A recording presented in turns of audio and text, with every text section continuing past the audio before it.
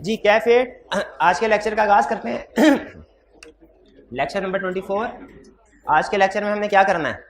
Discussion करनी है test 1 की, डिस्कशन करनी है टेस्ट 2 की, और फिर डिस्कशन करनी है उन प्रैक्टिस क्वेश्चंस की जो चैप्टर 14 के हैं। हमने कंसेप्ट पढ़ लिए हैं लेकिन क्वेश्चंस को भी प्रैक्टिस नहीं किया, तो उन क्वेश्चन की प्रैक्टिस करनी है।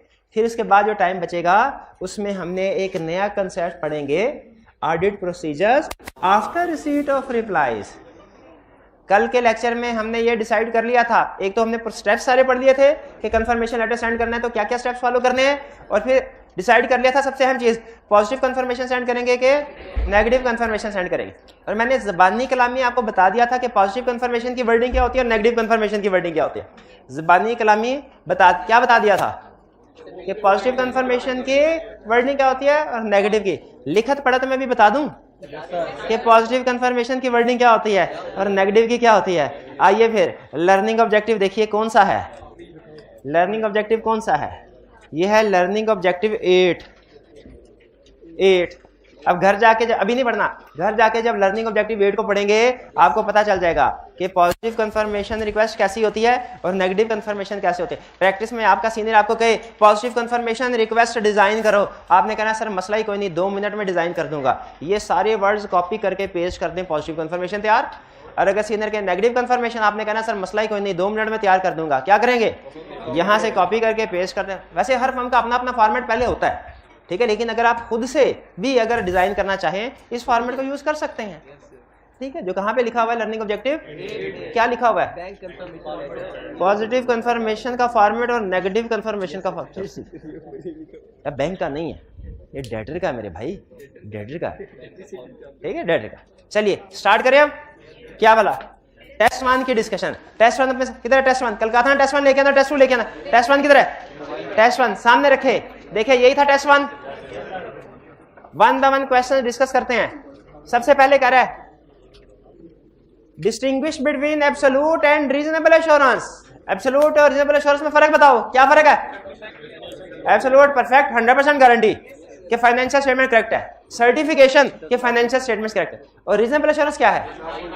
डेफिनेशन लिखेंगे, high but not absolute level of assurance which is expressed in positive form. Identify type of assurance that is expected in an audit of financial statement। दोनों में से कौन सी है जो एक्सपेक्टेड है? Reasonable, clearly outlining the reasons to justify your point of view। Reasons बताइए, क्यों आपने कहा reasonable expected है ऑडिट में, absolute क्यों नहीं expected? Reasons बताइए।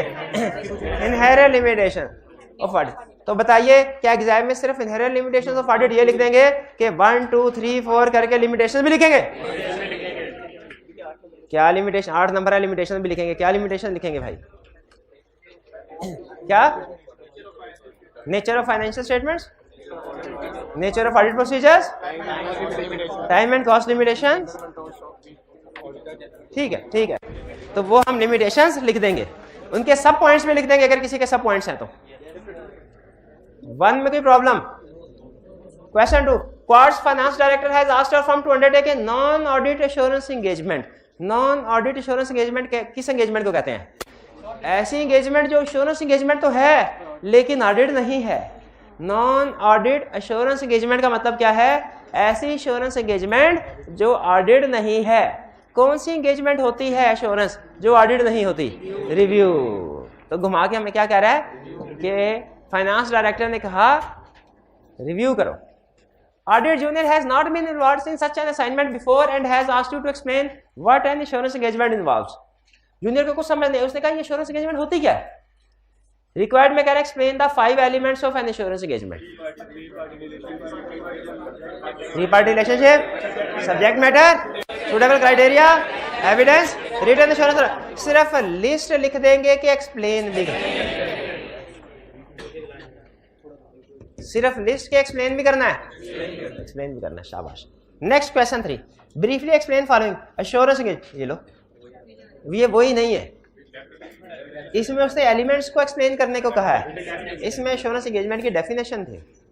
किसी स्टूडेंट को याद है एश्योरेंस एंगेजमेंट की definition? Practitioner obtains evidence about subject,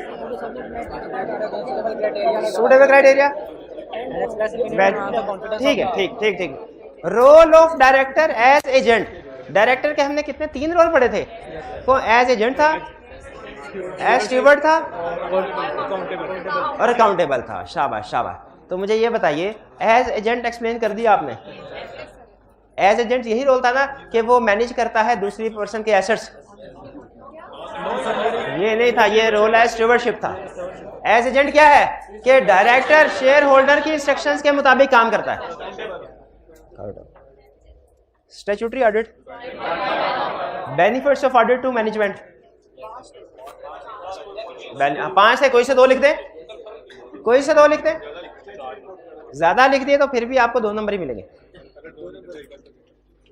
question 4,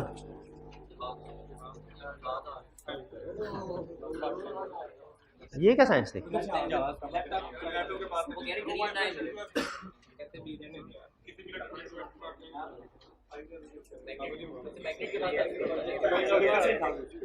चलें कोई क्वेश्चन 4, द मैनेजिंग, ये कोई केस स्टडी लग रही है, जरा ध्यान से पढ़िए। Managing director of Birdie limited and external audit client of your firm has discovered that the employee has diverted 30,000 pounds of company funds into his own bank account by creating and paying purchase invoices on fictitious supplier accounts over the last 12 months।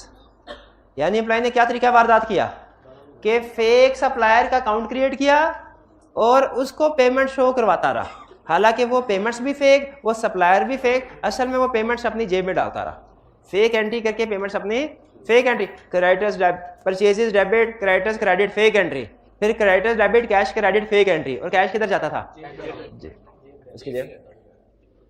The managing director has contacted your firm to express his concern that the audit team did not discover this fraud during the external audit.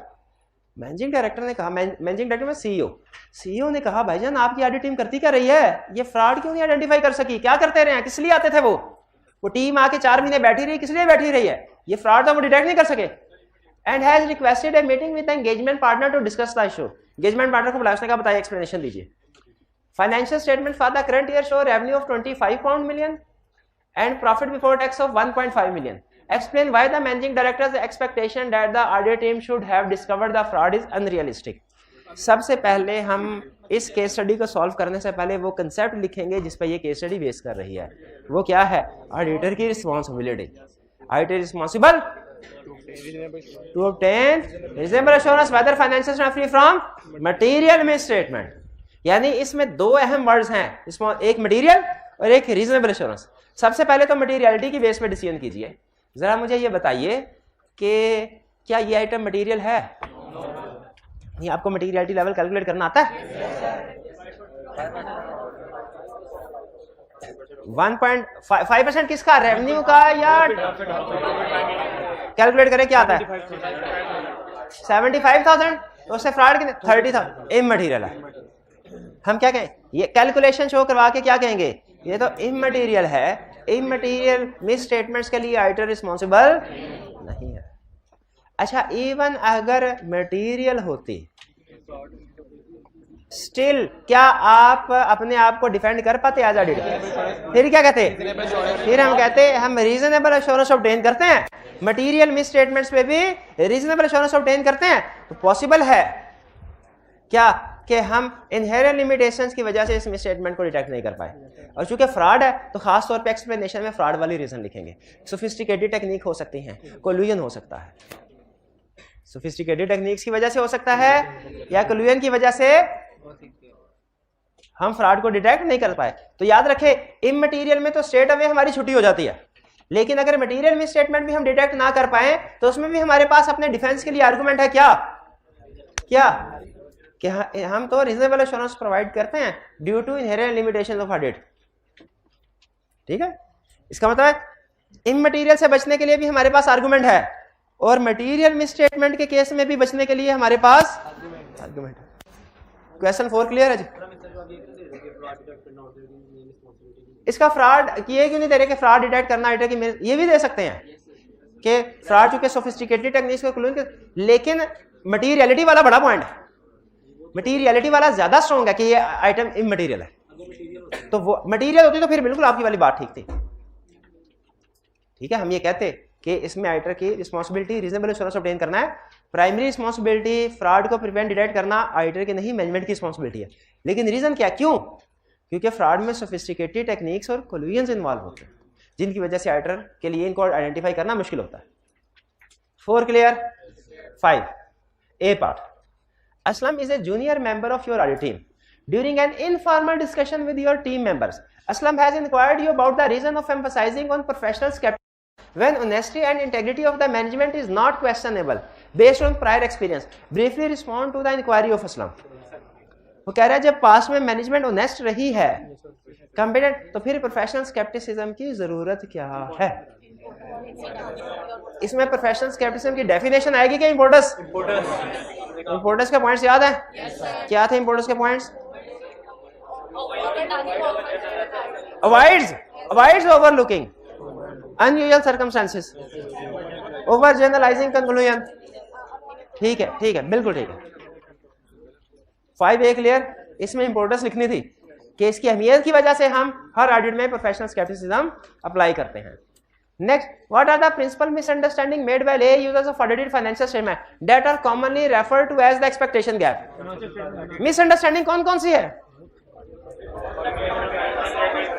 Hybrid class में student बताइए, hybrid class में जो सबसे and पे student बैठा हुआ है ये बताए, हाइब्रिड क्लास में है हमारे कोई भाई माइक लेके बैठे हुए? भाई आपस में गुफ्तगू शुरू कर दी। हाँ जी जी बताइए एक्सपेक्टेशन गैप क्या कॉमन एग्जांपल्स हैं? ऑडिटर प्रिपेयर्स फाइनेंशियल स्टेटमेंट, ये एक्सपेक्टेशन गैप है, मिसअंडरस्टैंडिंग है, यानी ये रॉन्ग स्टेटमेंट है, ट्रू नहीं है। ट्रू स्टेटमेंट क्या होगी? Auditor does not prepare financial statement. अगली एग्जांपल की एक्सपेक्टेशन गैप की नहीं, इनको बोलने दें जी। हाइब्रिड वाले भाई अगली एग्जांपल बोलिए। ऑडिटर प्रोवाइड्स एब्सोल्यूट एश्योरेंस, हालांकि ऑडिटर एब्सोल्यूट एश्योरेंस प्रोवाइड, कौन सी एश्योरेंस प्रोवाइड करता है? रीजनेबल और लिमिटेड और एब्सोल्यूट। ऑडिट में कौन सी एश्योरेंस प्रोवाइड की जाती है? रीजनेबल एश्योरेंस प्रोवाइड की। और क्या एग्जांपल एक्सपेक्टेशन गैप की? Auditor prevents and detects fraud, हालांकि ऑडिटर की रिस्पांसिबिलिटी फ्रॉड को प्रिवेंट डिटेक्ट करने की नहीं है, बल्कि रीजनेबल एश्योरेंस प्रोवाइड करने की है। इसका मतलब क्या हुआ? अगर रीजनेबल एश्योरेंस से कोई फ्रॉड सामने आता हुआ, ऑडिटर उसको आइडेंटिफाई कर लेगा, लेकिन अगर रीजनेबल एश्योरेंस से कोई फ्रॉड सामने ना आता हुआ, ऑडिटर उसको आइडेंटिफाई करने के लिए जिम्मेदार नहीं है। वो कौन सा फ्रॉड है जो रीजनेबल एश्योरेंस से सामने नहीं आता?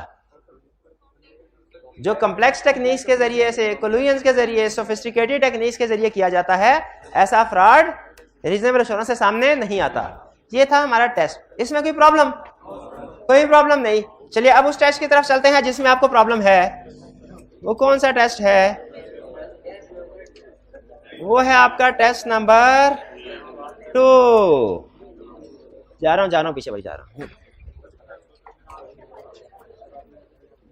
टेस्ट नंबर 2, यही टेस्ट था। Number 1 part A, differentiate between test of controls and substantive procedures. Test of controls और सब्सटेंटिव प्रोसीजर में फर्क बताइए। प्लीज एक्सप्लेन, क्या डिफरेंस है substantive procedure test of control में? क्या डिफरेंस है?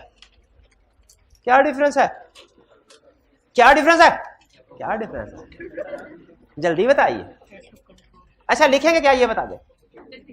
और दोनों की डेफिनेशन, टेस्ट ऑफ कंट्रोल की डेफिनेशन क्लास में कितने स्टूडेंट्स को याद है? बताइए। To confirm the operating effectiveness of internal controls in preventing, detecting and correcting misstatements at assertion level. और substantive procedures की क्या डेफिनेशन है मेरे भाई? Procedures to detect misstatement in financial statements at assertion level. At assertion level था कि नहीं था? At assertion level substantive procedure की डेफिनेशन में था कि नहीं था? चलिए, अच्छा ये तो हमने डेफिनेशन पढ़ी है, उसने तो डिफरेंशिएट करने को बोला है। Definition is part of difference. 1 का part B, describe relationship between test of control और सब्सटेंट। इनका रिलेशनशिप क्या है? डायरेक्ट है कि इनवर्स है? अगर टेस्ट ऑफ कंट्रोल ज्यादा परफॉर्म करें कंट्रोल्स पे ज्यादा रिलाई करें और वो स्ट्रॉन्ग साबित हो। अगर टेस्ट ऑफ कंट्रोल ज्यादा परफॉर्म करें और स्ट्रॉन्ग साबित, तो फिर सब्सटेंटिव प्रोसीजर क्या करने हैं, कम करने हैं। और अगर टेस्ट ऑफ कंट्रोल्स कम करें, सब्सटेंटिव प्रोसीजर ज्यादा करने पड़ेंगे। तो कौन सा रिलेशनशिप हुआ, इनवर्स। समझ आई इसके। C, describe the factors that must be considered to determine if audit evidence is relevant. So एक था सफिशिएंट, एक था एप्रोप्रिएट। एप्रोप्रिएट में एक था रेलिवेंस, एक था रिलायबिलिटी। मुझे अंदाजा था सफिशिएंट भी आपको याद होगा, रिलायबिलिटी भी याद होगा। जो याद नहीं किया होगा आपने, रेलिवेंस वाला नहीं किया होगा। कितने स्टूडेंट्स ने ये क्वेश्चन अटेम्प्ट किया था? तो आता था आपको। रेलिवेंस के बाद बताइए क्या पॉइंट्स है। अगर कंप्लीटनेस वेरीफाई करनी हो तो रेलिवेंट एविडेंस क्या है, रिकॉर्डेड अमाउंट। शाबाश, इसीलिए पूछा था। कंप्लीटनेस के लिए हम सैंपल सेलेक्ट करते हैं outside accounting record, supporting document से, और फिर देखते हैं। हाँ जी, इसीलिए तो ये पता चल गया आपको रेलिवेंट के पॉइंट्स कौन से लिखने थे। अगर टेस्ट ऑफ कंट्रोल परफॉर्म करने हो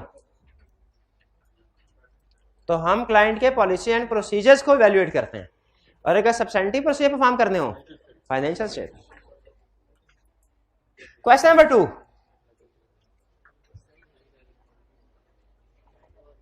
Saeed has been appointed as the auditor for Jaguar Motors Limited and he has to make his audit plan. Audit plan क्या होता है? Audit plan है पहले प्लानिंग कर लेना कि हम इस ऑडिट पे इसके एरियाज को वेरीफाई करने के लिए क्या क्या प्रोसीजर परफॉर्म करेंगे। ऑडिट प्लान क्या है, ये पहले डिसाइड कर लेना कि हम इस क्लाइंट के डिफरेंट एरियाज को वेरीफाई करने के लिए क्या क्या प्रोसीजर परफॉर्म करेंगे। प्रैक्टिकली इन्वेंट्री का अलग ऑडिट प्लान होता है, फिक्स एसेट्स का अलग ऑडिट प्लान होता है, सेल्स का अलग ऑडिट प्लान होता है, पेरोल का अलग ऑडिट प्लान होता है, क्योंकि हर एक के प्रोसीजर अलग अलग परफॉर्म होंगे ना। तो सईद क्या करना चाह रहा है, ऑडिट प्लान बनाना चाह रहा है। He delegates it to the engagement team to assess the internal control system, to decide the nature, timing and extent of audit procedure to be applied.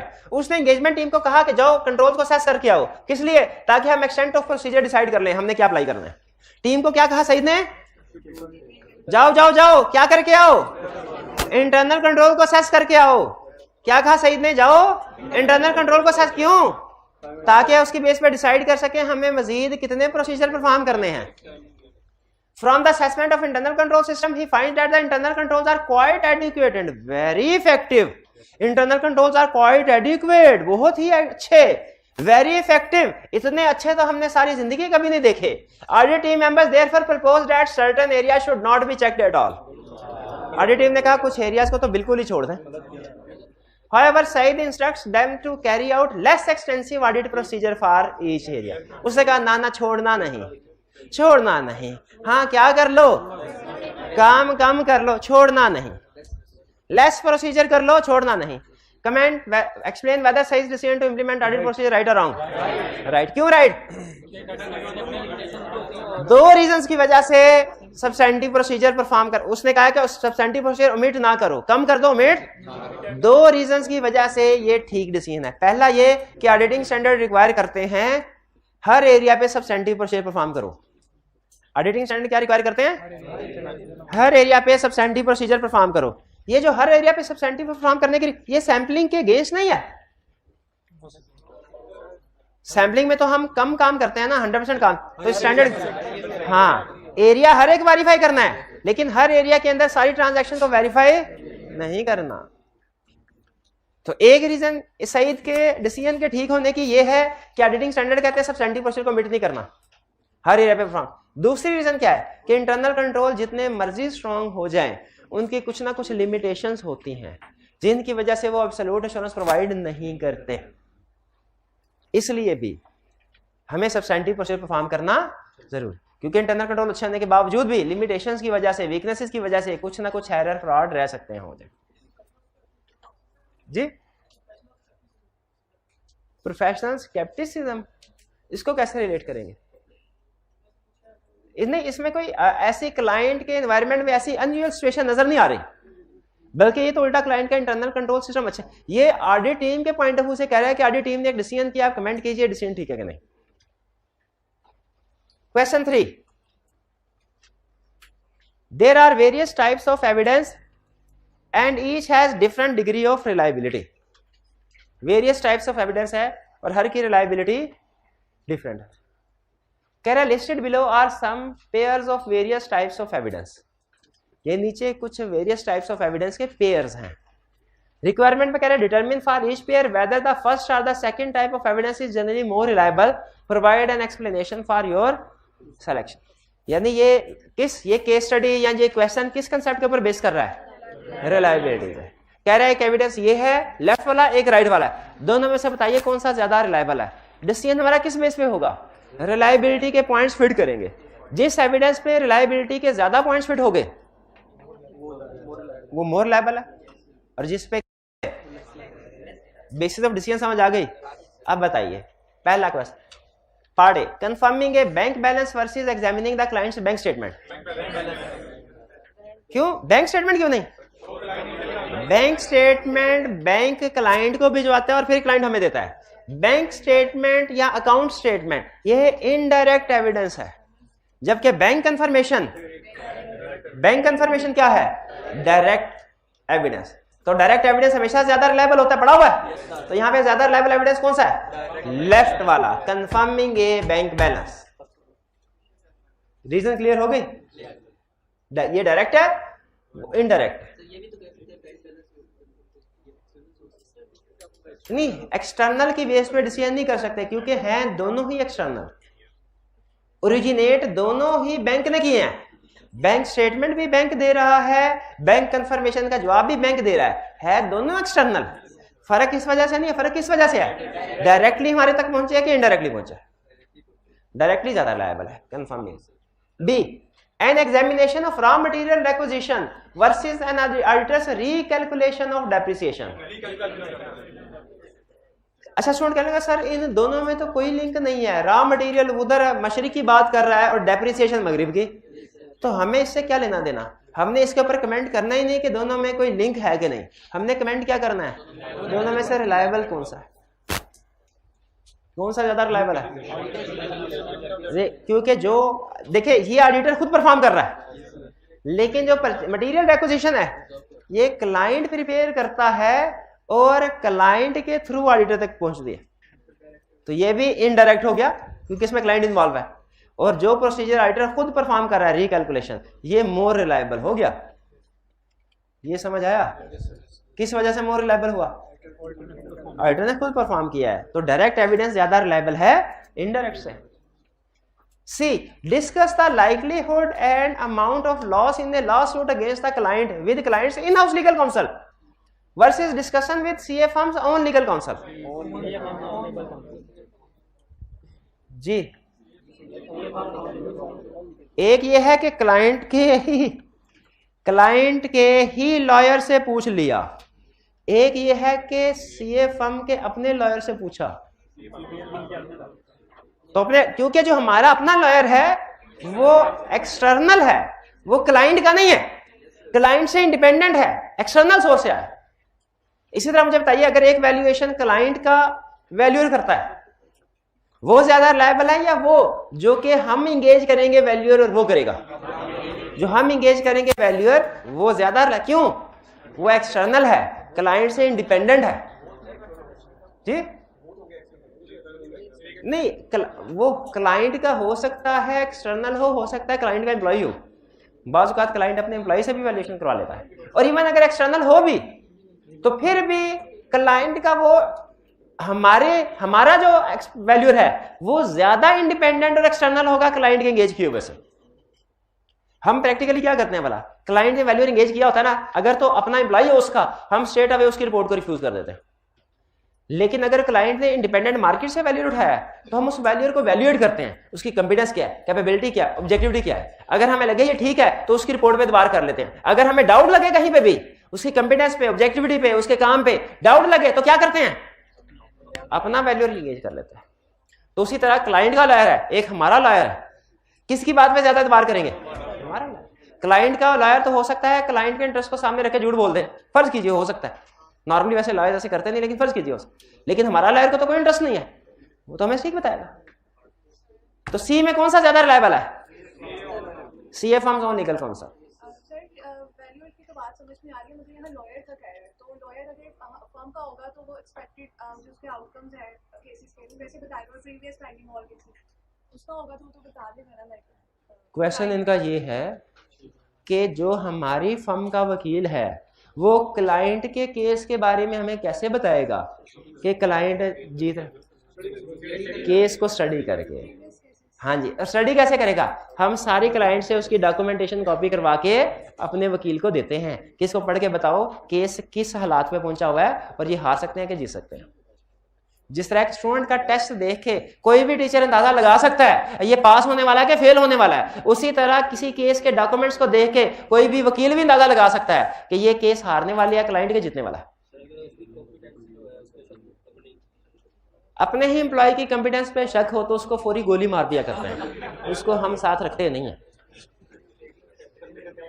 D, examining sales invoices when several competent people are checking each other's work versus examining documents prepared by a competent person on a one person staff। पहले वाली example में क्या चीज है? Segregation of duty. तो segregation duty से control strong होते हैं कि वीक? स्ट्रांग होते हैं। तो यहां पे क्या होगा? अब यहां पे सेग्रीगेशन ड्यूटी कंट्रोल स्ट्रांग है और जब एक ही पर्सन कर रहा है कंट्रोल वीक है। कौन सा ज्यादा एविडेंस? जब कंट्रोल, पहले वाला पॉइंट है ना ये, जब कंट्रोल स्ट्रांग हो तब ज्यादा रिलायबल एविडेंस होता है या वीक हो? तो इसमें पहले वाला एविडेंस मोर रिलायबल है, पहले वाला evidence more reliable. E, shipping documents prepared by client's dispatch department versus sales confirmed by customer. क्यों? रीजन बताइए। एक्सटर्नल है, शाबाश, अब समझ आना शुरू हुआ आपको कुछ। F, physically examine inventory to confirm their existence versus examining them to confirm their obsolescence। बताइए दोनों में से कौन सी चीज कंफर्म करना ज्यादा आसान है? एग्जिस्टेंस के valuation?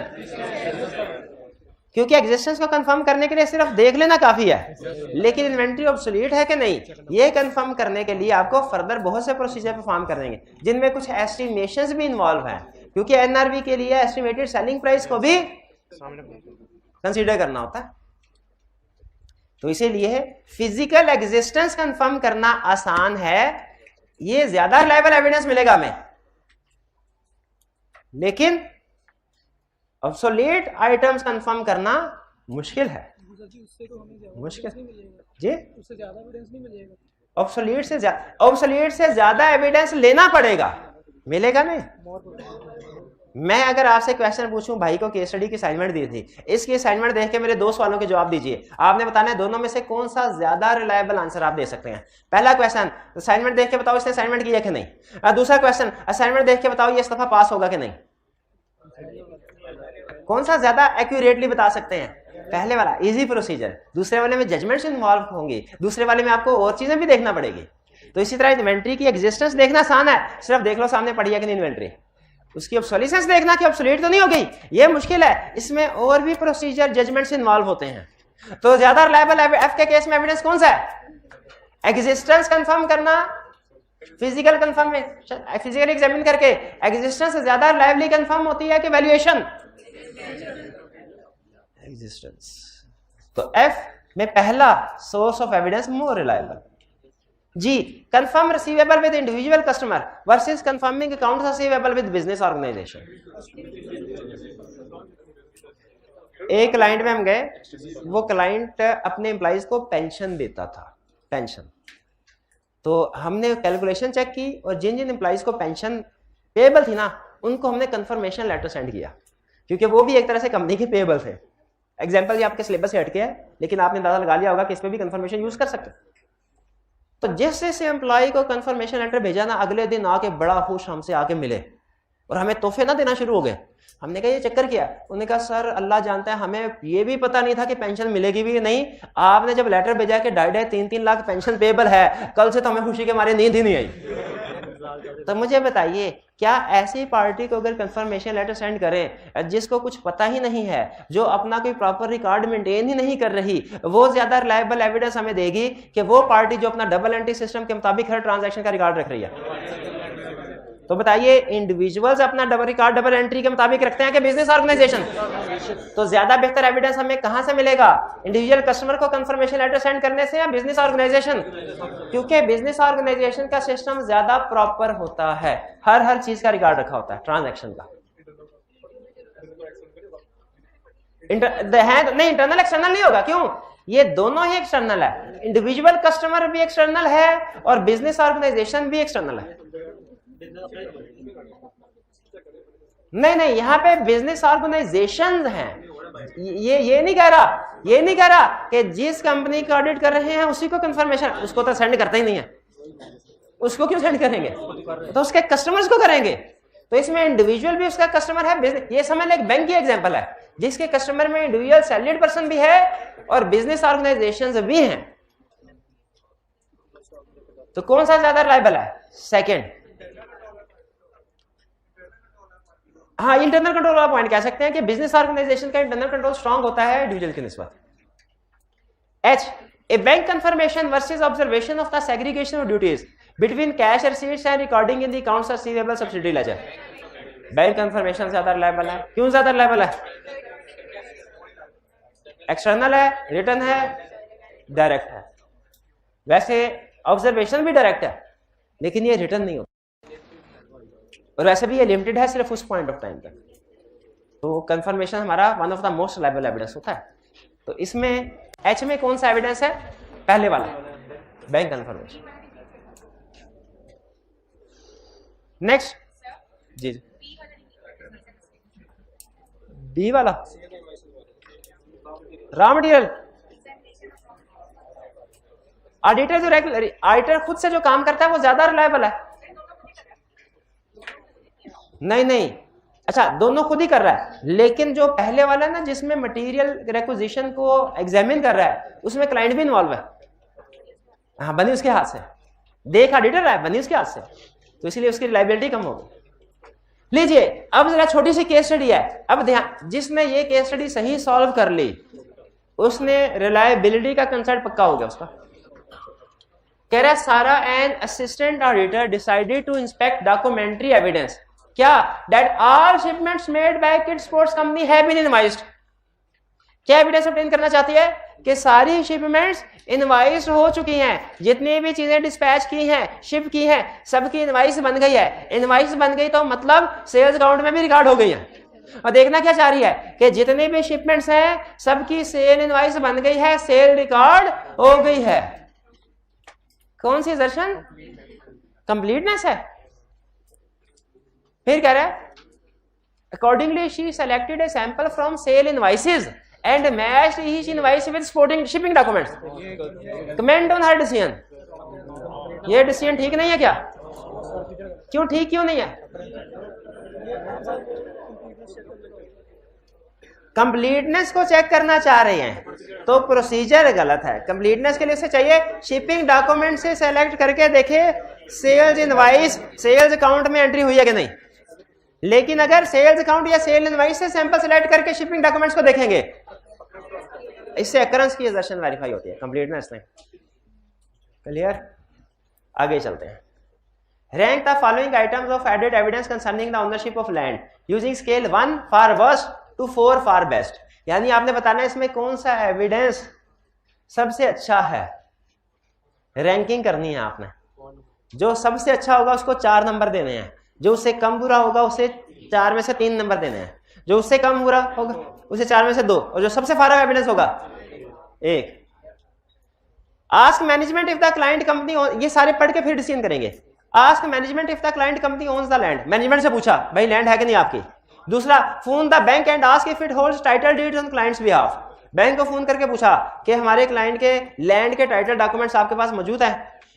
Third, visit the bank and examine title deeds. Bank गए और टाइटल डीड्स को एग्जामिन किया।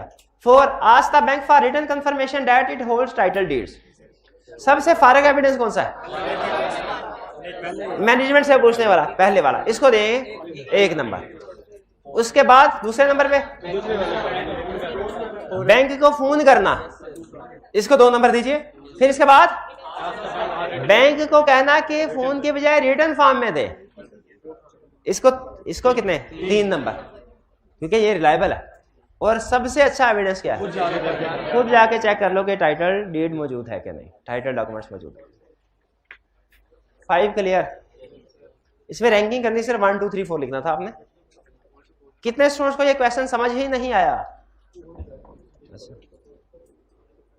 Next, you are the audit senior on audit of Oreo Private Limited, a large manufacturing company, for the year ended 30th June 2015. You are reviewing the audit working papers prepared by the audit assistant Visma. अब ये working paper आप examine कर क्या? You noticed that on 30 June Visma attended the stock take and observed that the client followed the stock take instruction. She selected numerous items for the client's inventory sheet for counting. उसने बहुत सी items उठाई, कहां से? अच्छा, पहले वाला procedure तो test of control है जो उसने ऑब्जर्व किया। दूसरे वाला सब्सटेंटिव प्रोसीजर है कि उसने खुद से इन्वेंट्री शीट में से सैंपल उठाया और देखा इन्वेंट्री मौजूद है कि नहीं। Bisma concluded that the inventory was fairly stated. जब उसने देखा कि मैं जो भी आइटम स्टॉक शीट से उठाई है वो फिजिकली मौजूद है, तो उसने कहा इन्वेंट्री फेयरली स्टेटेड है। क्या ये डिसीजन ठीक है? क्यों? क्योंकि उसने सारी असर्शंस को वेरीफाई नहीं। आप बता सकते हैं किस असर्शन को वेरीफाई किया? एग्जिस्टेंस को। और किसको नहीं किया? कंप्लीटनेस को नहीं किया, वैल्यूएशन एंड एलोकेशन को नहीं किया। कैसे पता चला कंप्लीटनेस को नहीं किया? भाई जब हम किसी एरिया के बारे में कहें कि ये फेयरली स्टेटेड है, तो उसकी एक असर्शन को चेक करके कह सकते हैं कि सारी असर्शन को चेक करना चाहिए। तो उसने जो प्रोसीजर परफॉर्म किया उनको सामने रख के मुझे बताएं, क्या सारी असर्शन चेक की गई हैं? नहीं। कौन सी असर्शन चेक नहीं की गई? कंप्लीटनेस। कंप्लीटनेस कैसे चेक होती? अगर फिजिकल का बैलेंस उठा के देखते लिस्ट में मौजूद है कि नहीं। वैल्यूएशन की असर्शन भी वेरीफाई नहीं हुई, वो कैसे वेरीफाई होती? अगर वो वेरिफिकेशन के दौरान में इन्वेंट्री की फिजिकल कंडीशन भी देखती कि कोई इन्वेंट्री डैमेज तो नहीं है। अगर वो वेरिफिकेशन के दौरान में एजिंग रिपोर्ट भी देखती कि कौन सी इन्वेंट्री ज्यादा पुरानी है। अगर वो वेरिफिकेशन के दौरान में इन्वेंट्री की सेल प्राइस भी देखती कि इन्वेंट्री किस प्राइस पे सेल हो रही है। ये चीजें वैल्यूएशन एलोकेशन को कंफर्म करती हैं। उसने सारी असर्शंस वेरीफाई नहीं की, इसलिए सफिशिएंट एप्रोप्रिएट ऑडिट एविडेंस नहीं लिया। सारी असर्शन बिल्कुल किसी भी एरिया को वेरीफाई करने के लिए, ये कहने के लिए कि ये एरिया फेयरली स्टेटेड है, सारी की सारी असर्शन को वेरीफाई करना होता है। B. You also notice that advertising expenses are material, although only 50% of last year's balance. पिछले साल की निस्बत इस साल के एडवर्टाइजिंग एक्सपेंस कितने हैं? 50। तो बताइए कौन सी असर्शन एट रिस्क है? पिछले साल की निस्बत इस साल एक्सपेंसेस बहुत कम है, अनरिकॉर्डेड एक्सपेंस होंगे। तो कौन सी असर्शन एट रिस्क? कंप्लीटनेस, कि एक्सपेंस कंप्लीटली रिकॉर्ड नहीं हुए, कंप्लीटली रिकॉर्ड नहीं। अच्छा, विस्मा ने क्या किया? Wisma selected a large sample of entries, जो एंट्रीज रिकॉर्ड हुई थी उनका एक ज्यादा बड़ा सैंपल उठाया and agreed them to supporting documents. Supporting documents के साथ एग्री किया, सारी डॉक्यूमेंट्स मौजूद थे। No errors were found. Wisma concluded that advertising expenses were reasonable. Procedure ठीक है। ये फिर अगेन वही प्रोसीजर, रिस्क है कंप्लीटनेस में, और प्रोसीजर कौन सा? अकरेंस का लगाया हुआ। क्लियर? ये आपका टेस्ट यहाँ पे कंक्लूड हो गया, दोनों टेस्ट कंक्लूड हो गए। अच्छा, आप मुझे बताइए, हम चैप्टर 14 के क्वेश्चन को डिस्कस कर लें कि कंसेप्ट को? कितने स्टूडेंट का ख्याल है क्वेश्चन को डिस्कस? हाइब्रिड के भी हाथ उठाए। कितने स्टूडेंट का ख्याल है क्वेश्चन डिस्कस करें? कितनों का ख्याल है अगला कंसेप्ट डिस्कस करें? कंसेप्ट वाले बच्चे ज्यादा हैं। कोई बात नहीं, क्वेश्चन डिस्कस जरूर करने हैं। मैं ये नहीं कह रहा कि करने ही नहीं है, ना ना ना ना ना ना, करने जरूर हैं। आज नहीं करेंगे तो कल करेंगे, करने जरूर है। आप में से कितने स्टूडेंट्स ने किए हुए? आप में से कितने स्टूडेंट्स ने ये असाइनमेंट की है? शाबाश। चलिए, तो कल के लेक्चर में हम कोशिश करेंगे कि इनको, आज टेस्ट डिस्कस हो गए, यही बहुत है।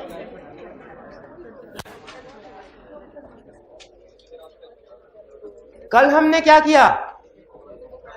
कल हमने कंफर्मेशन लेटर भेज दिया, कल हमने कंफर्मेशन लेटर भेज दिया, अब क्या कर रहे हैं हम? इंतजार किस बात का? जवाब का। जवाब के जवाब क्या आता है? जवाब मुख्तलिफ तरह के आ सकते हैं, जवाब मुख्तलिफ तरह के आ सकते हैं। अब हम हर केस में सीखेंगे कि किस तरह का जवाब आए तो हमने क्या करना है, किस तरह का रिप्लाई रिसीव हो तो हमने क्या करना है। क्या सीखेंगे? कि किस तरह का रिप्लाई आए तो हमने क्या प्रोसीजर परफॉर्म करने हैं। जैसे अगर जवाब ये आता, देखिए जवाब कितनी तरह का आ सकता है। हो सकता है जवाब आए और पार्टी कहे क्या? बैलेंस एग्री करता है, बैलेंस एग्री करता है, यही बैलेंस है। हो सकता है जवाब आए और पार्टी कहे क्या? क्या एग्री नहीं करता, डिसएग्रीमेंट है। और हो सकता है कि जवाब आए ही ना, नॉन रिस्पॉन्स, डिसरिगार्ड। हो सकता है कि जवाब ओरल आए, फोन में जवाब दे दे हमें। हो सकता है जवाब इनडायरेक्ट आए, मैनेजमेंट के थ्रू दे दे। और हो सकता है जवाब इलेक्ट्रॉनिकली आए। इलेक्ट्रॉनिक याद है? ये मुख्तलिफ तरीकों से या मुख्तलिफ तरह का जवाब आ सकता है। कौन कौन सा जवाब आ सकता है? एग्रीड का, डिसएग्रीड का, नो रिस्पॉन्स का, ओरल का, इनडायरेक्ट का, इलेक्ट्रॉनिक का।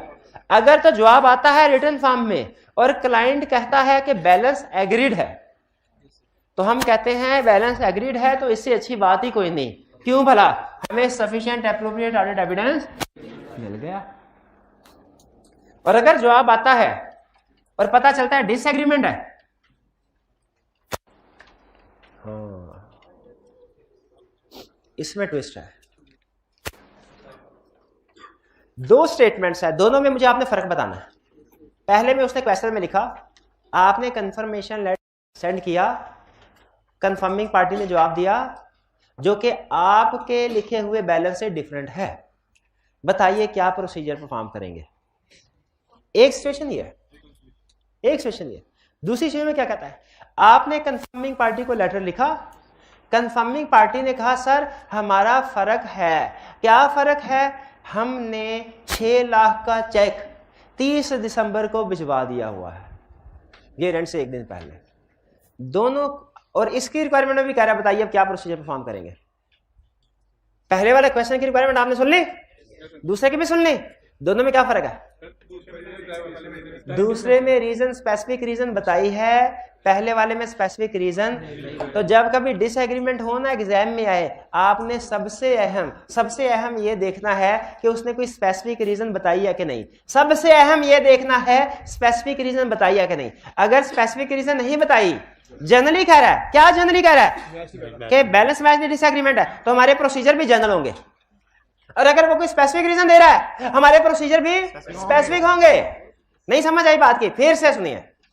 अगर हमने लेटर लिखा और क्वेश्चन में उसने कहा कि कंफर्मिंग पार्टी ने जवाब दिया है और there is a disagreement with balance confirmed, disagreement है, क्या प्रोसीजर परफॉर्म करेंगे बताइए। क्या इसमें उसने स्पेसिफिक रीजन बताई है? स्पेसिफिक रीजन बताई है? नहीं बताई। जब स्पेसिफिक रीजन नहीं बताई, जनरल बताए, तो हमारे प्रोसीजर भी क्या होंगे? जनरल होंगे। और अगर वो स्पेसिफिक रीजन बता दे, क्वेश्चन में स्पेसिफिक रीजन बता दे, तो हमारे प्रोसीजर भी स्पेसिफिकली होंगे उस रीजन के अकॉर्डिंगली। जैसे स्पेसिफिक रीजन में कहे कैश इन ट्रांजिट है, हमारे प्रोसीजर किसके ऊपर फोकस करेंगे? कैश इन ट्रांजिट को कैसे वेरीफाई करना है। अगर स्पेसिफिक रीजन में कह दे गुड इन ट्रांजिट है, हमारे प्रोसीजर क्या होंगे? गुड इन ट्रांजिट को। अगर स्पेसिफिक रीजन में बता दे इन्वेंटरी डैमेज थी, मैंने वापस कर दी है, हमारे स्पेसिफिक प्रोसीजर क्या होंगे? इन्वेंटरी को और रिटर्न की एंट्री पे, सेल्स रिटर्न की एंट्री से रिलेटेड होंगे और इन्वेंटरी के ऊपर प्रोसीजर्स होंगे। भी समझ आ रहा है? एग्जाम में सबसे अहम कंसेप्ट बता रहा हूं आपको कि जब कंफर्मेशन का जवाब आया डिसएग्रीमेंट था, आपने देखना है कि क्या वो जनरल पूछ रहा है या उसने कोई स्पेसिफिक रीजन बताई है। स्पेसिफिक रीजन बताइए तो हमारे प्रोसीजर भी स्पेसिफिक होंगे उस रीजन के मुताबिक। जनरल रीजन बताइए तो हमारे प्रोसीजर भी जैसे जनरली कहते हैं डिसएग्रीमेंट है, हम भी जनरली ऊपर ऊपर से कह देंगे। अच्छा डिसएग्रीमेंट है तो क्लाइंट से रिकंसिलिएशन बनवाएंगे, क्लाइंट से कहेंगे भाई तुम्हारा और तुम्हारी पार्टी का फर्क आ गया है, रिकंसिलिएशन बनाओ, फर्क किस चीज का है। और फिर हम देखेंगे वो फर्क टाइमिंग डिफरेंस था, वो फर्क मिस स्टेटमेंट पार्टी के रिकॉर्ड में थी या वो मिस स्टेटमेंट क्लाइंट के रिकॉर्ड में थी। भाई हो सकता है ना ए और बी के रिकॉर्ड में फर्क आ गया, ए के रिकॉर्ड में गलती हो सकती है, बी के रिकॉर्ड में भी गलती हो सकती है, हो सकता है दोनों ठीक हो। ये cash in transit good in transit का फर्क हो। जैसे अगर ए ने बी को गुड्स डिस्पैच की 30 दिसंबर को, जो बी तक पहुंची 2 जनवरी को, तो 31 जनवरी पे स्टेटस क्या है, ए ने सेल रिकॉर्ड कर ली है, बी ने परचेज रिकॉर्ड नहीं। फर्क आ जाएगा कि नहीं? ये फर्क बताइए, ए के रिकॉर्ड में मिस स्टेटमेंट है कि बी के रिकॉर्ड में मिस स्टेटमेंट है कि दोनों के रिकॉर्ड में नहीं है? ये टाइमिंग डिफरेंस है, ये टाइमिंग डिफरेंस है। टाइमिंग डिफरेंस किस वजह से राइज होता है? Cash in transit good in transit की वजह से। इसे टाइमिंग डिफरेंस क्यों कहते हैं? क्योंकि 2-4 दिन का फर्क होता है, 2-4 दिन के बाद जैसे ही कैश या गुड्स दूसरे बंदे के पास पहुंचती है वो एंट्री कर लेता है, डिफरेंस खत्म। तो कुछ टाइम के लिए फर्क राइज होता है,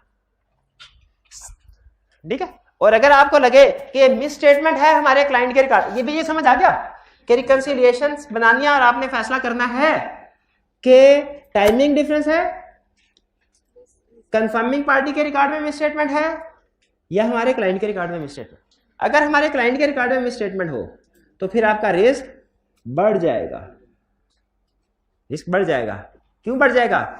हो सकता है ये इंटरनल कंट्रोल वीकनेस को इंडिकेट कर रहा हो सकता है ये इंडिकेशन ऑफ फ्रॉड हो। जैसे फर्ज कीजिए अगर आपको पता चला, गौर से सुनिएगा, क्वेश्चन में उसने कहा कि कंफर्मिंग पार्टी ने कैश सेंड कर दिया जो कि हमारे पास रिसीव हुआ था 31 दिसंबर को, लेकिन एंट्री रिकॉर्ड की 1 जनवरी को। बताइए हमारे क्लाइंट के रिकॉर्ड में मिस स्टेटमेंट है कि नहीं? है कि नहीं?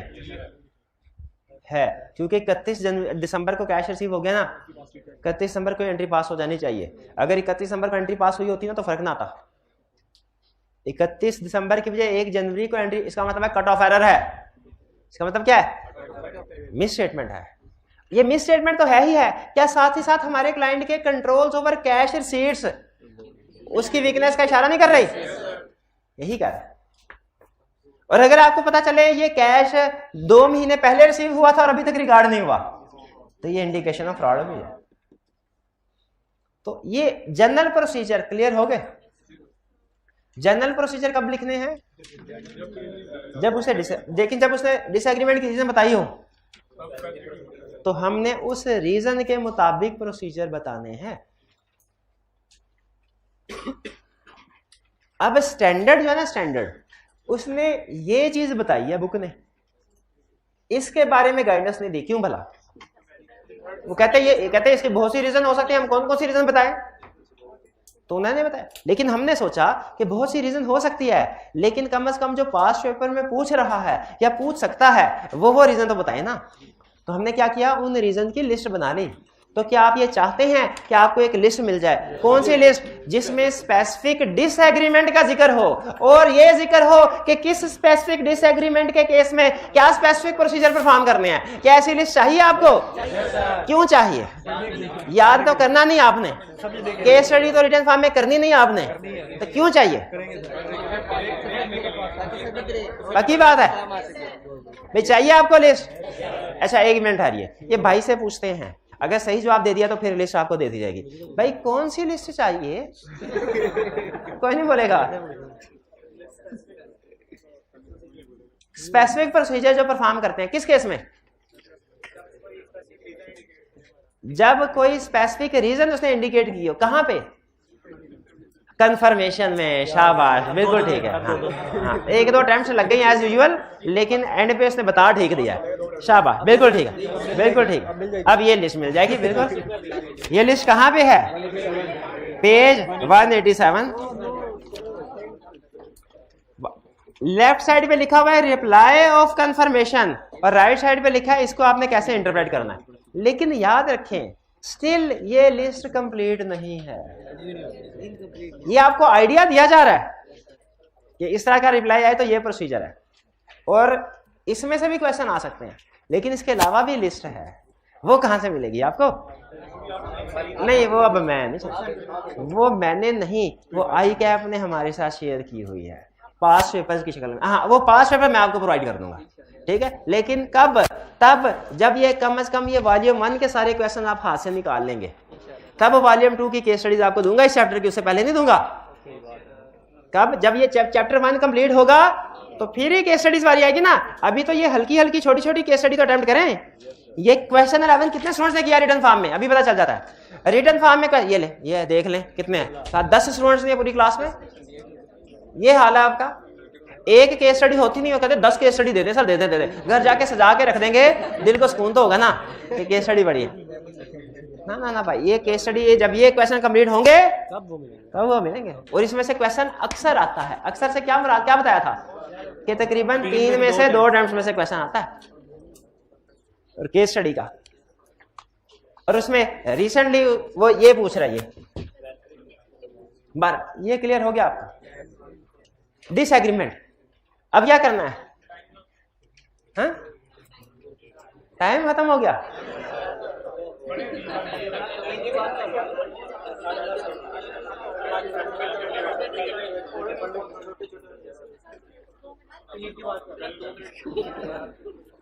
नहीं, अब ये पढ़ा हुआ है हमने।